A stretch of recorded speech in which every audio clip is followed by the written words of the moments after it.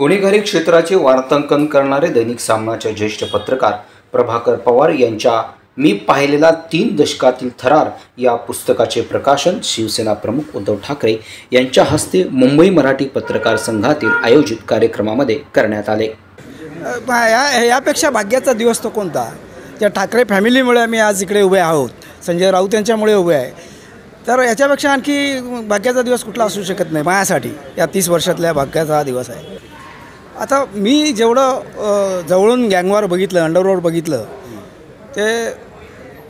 त्याचे साक्षीदार बरेच आहेत, पण मी अजूनही सातत्याने लिहितो आहे। तर एवढं सातत्याने लिहिणारा कोणी नाही।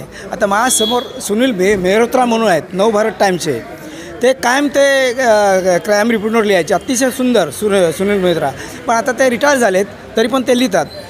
तर असे जे काही लोक आहेत ते फार कमी आहेत माझ्या इतकं सातत्य ठेवणारे। यावेळी शिवसेना पक्षप्रमुख उद्धव ठाकरे, पद्मश्री पुरस्कार प्राप्त ज्येष्ठ साहित्यिक मधु मंगेश कर्णिक, लेखक विचारवंत कुमार केतकर, खासदार संजय राऊत, अरविंद सावंत, मी पाहिलेला 3 दशकातील थरारक या पुस्तकाचे लेखक प्रभाकर पवार, तसेच मराठी पत्रकार संघाचे अध्यक्ष संदीप चव्हाण यांच्यासह अनेक साहित्यिक पत्रकार मोठ्या संख्येने या कार्यक्रमाला उपस्थित होते।